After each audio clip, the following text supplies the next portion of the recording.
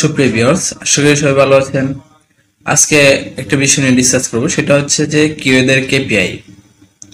গার্মেন্টসে যারা কিউএতে জব করে তাদের যে একটা কি পারফরমেন্স ইন্ডিকেটর রয়েছে সেটা নিয়ে আজকে ডিসকাস করব। তো কিউএ নিয়ে আমি অনেক কথা বলেছি এবং অনেক কন্টেন্ট রয়েছে আমার। কিউএ হচ্ছে কোয়ালিটি অ্যাসুরেন্স এবং এটা হচ্ছে একটা সিস্টেম।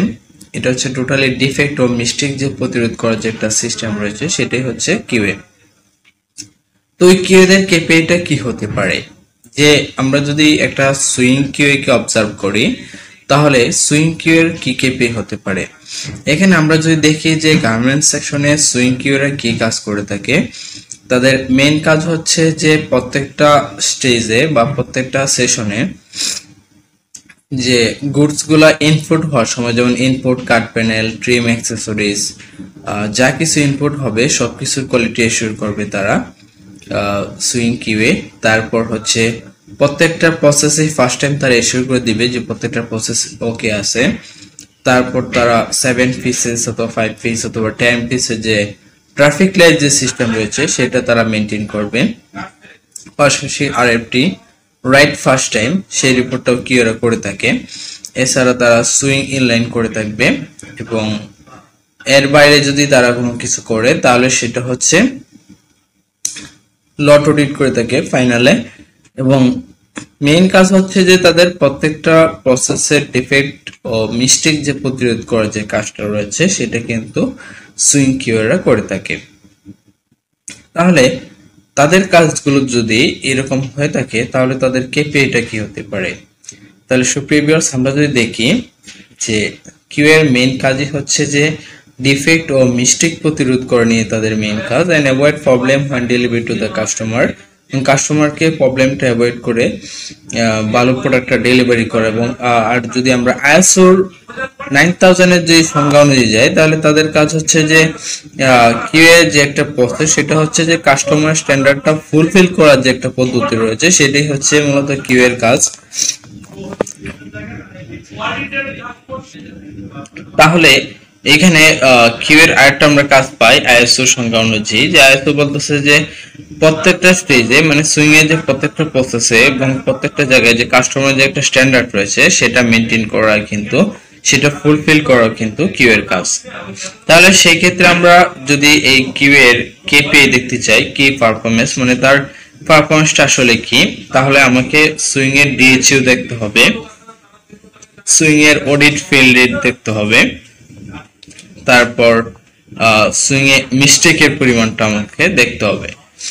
এই তিনটা কিন্তু আমার মেইন, এবং এই তিনটার মাধ্যমে ভালোভাবে অবজার্ভ করতে পারবো যে যদি দেখি যে ডিএইচইউটা আস্তে আস্তে কমে যাচ্ছে, আওয়ারলি কমে যাচ্ছে, তাহলে কিন্তু ওই সুইং কিউ এর পারফরম্যান্স ভালো।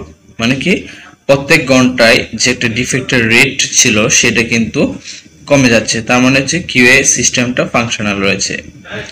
তারপরে যদি আমরা দেখি যে এখানে লট অডিট ফেল মানে যখন অনলাইন কিউসি বা অনলাইন কোয়ালিটির যখন গার্মেন্টস গুলো পাস করে দেয় পিস টু পিস চেক করে, তখন সেটার অনুযায়ী কিন্তু 2 আওয়ার্স পর 2 ঘন্টা পর একটা লট অডিট সিস্টেম রয়েছে। এই লট অডিটে যদি কোনো অডিট ফেল না হয়, যেটা হচ্ছে যে বান্ডেলের 20% চেক করে এরকম একটা সিস্টেম রয়েছে, সেখানে যদি কোনো রকম লট অডিট ফেল না হয় তাহলে ভাবতে হবে যে এখানে সুইং কিউ ফাংশনাল রয়েছে।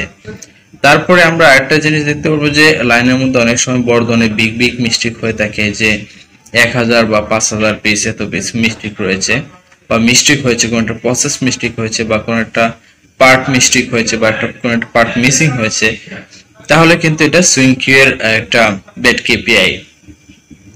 তাহলে সুপ্রিয় ভিউয়ার্স, আজকে আমি যে কথাগুলো নিয়ে ডিসকাস করছি এরকম প্রত্যেকটা স্টেজে কিন্তু কিউদের বা কিউসি বা কোয়ালিটি প্রত্যেকে কিন্তু একটা কেপিআই আছে। তো আজকে আমার আলোচ্য বিষয় ছিল যে কিউদের কেপিআই।